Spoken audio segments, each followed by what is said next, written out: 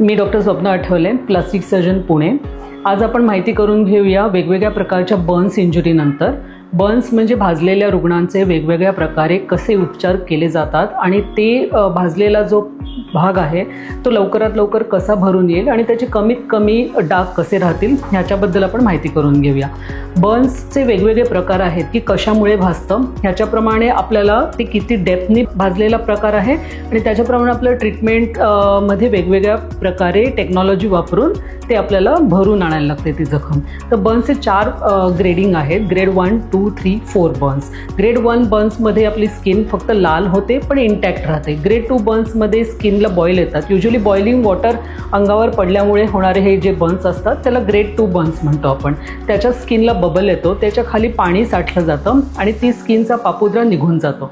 तर अशा बर्न्समध्ये युजली लहान मुलं येतात आमच्याकडे किंवा मोठी माणसं येतात की जे सर्दी खोकला झाला आहे आणि त्याच्यामुळे आपण जी वाफ घ्यायला जातो ते वाफेचं उकळतं पाणी अंगावर पडल्यामुळे खूप कॉमनली बर्न्स इंजुरीजचे पेशंट आमच्याकडे येतात।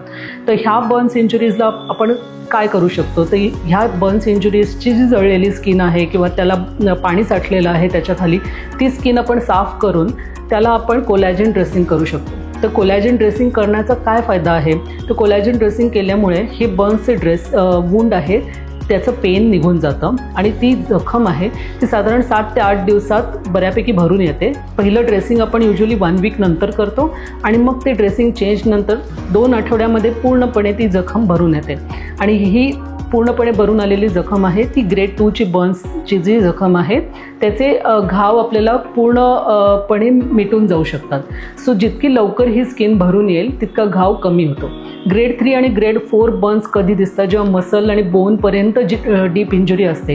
युजली भाजलेले पेशंट असेल की आगीमुळे भाजलेले पेशंट आहेत ज्याला ग्रेड 3 बर्न्स होऊ शकतात। तर ह्याच्यात आपली जी स्किन आहे ही पूर्णपणे भाजून त्याचा एक लेअर सेपरेट झाला तर ती डेप्थमध्ये आतला मसल एक्सपोज करते। या बर्न्सला ग्रेड 3 बर्न्स म्हणतात किंवा डीप ग्रेड 2 बर्न्स म्हणतात की ज्याला इश्चार फॉर्मेशन होतो आणि त्या इश्चारच्या खाली पू तयार होऊ शकतो। तर तो आपल्याला इश्चार काढून टाकायला लागतो, ती जागा जी आहे ती आपल्याला स्किन ग्राफ्टिंगसाठी प्रिपेअर करायला लागते आणि मग प्लास्टिक सर्जरीच्या टेक्निक करून स्किन ग्राफ्टिंग करून आपल्याला पूर्णपणे जखम भरून येता येते। सो हे ग्रेड 3 बर्न्स आहेत। ग्रेड 4 बर्न्स आहेत हे युजली आपल्याला फक्त इलेक्ट्रिक शॉक इंजुरीजमध्ये दिसतात की जेणेकरून इलेक्ट्रिक शॉकचं फुल हाय व्होल्टेज करंट तुमच्या बॉडीतनं पास झाला आहे तर अशा करंटमुळे आपल्याला मसल नेक्रोसिस होऊ शकतं आणि बोनचा पार्ट उघडा पडू शकतो। तर या प्रकारच्या बर्न्सला ही प्लास्टिक सर्जरी कधी कधी ॲम्प्युटेशनपर्यंत लागू शकते आणि हा पार्ट पूर्णपणे पूर्ववत बनवताही येऊ शकतो जर आपण योग्य वेळेस डिब्राइडमेंट करून ते कंट्रोल केलं तर।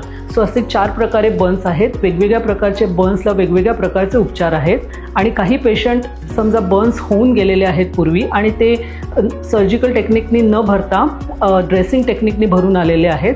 तर या बर्न्स पेशंटमुळे डेप्थ ऑफ बर्न्समध्ये कॉन्ट्रॅक्चर दिसतात। तर हे कॉन्ट्रॅक्चर म्हणजे हातापायाचे बोटं आखडणे, स्नायू आखडणे, एल्बो जॉईंट आखडणे, काखेत खांदा चिकटून जाणे, ॲक्झिलरी कॉन्ट्रॅक्चर आपण म्हणतो, किंवा मानेचं आखूडपणा येणे, मान हनवटीला चिकटून जाणे।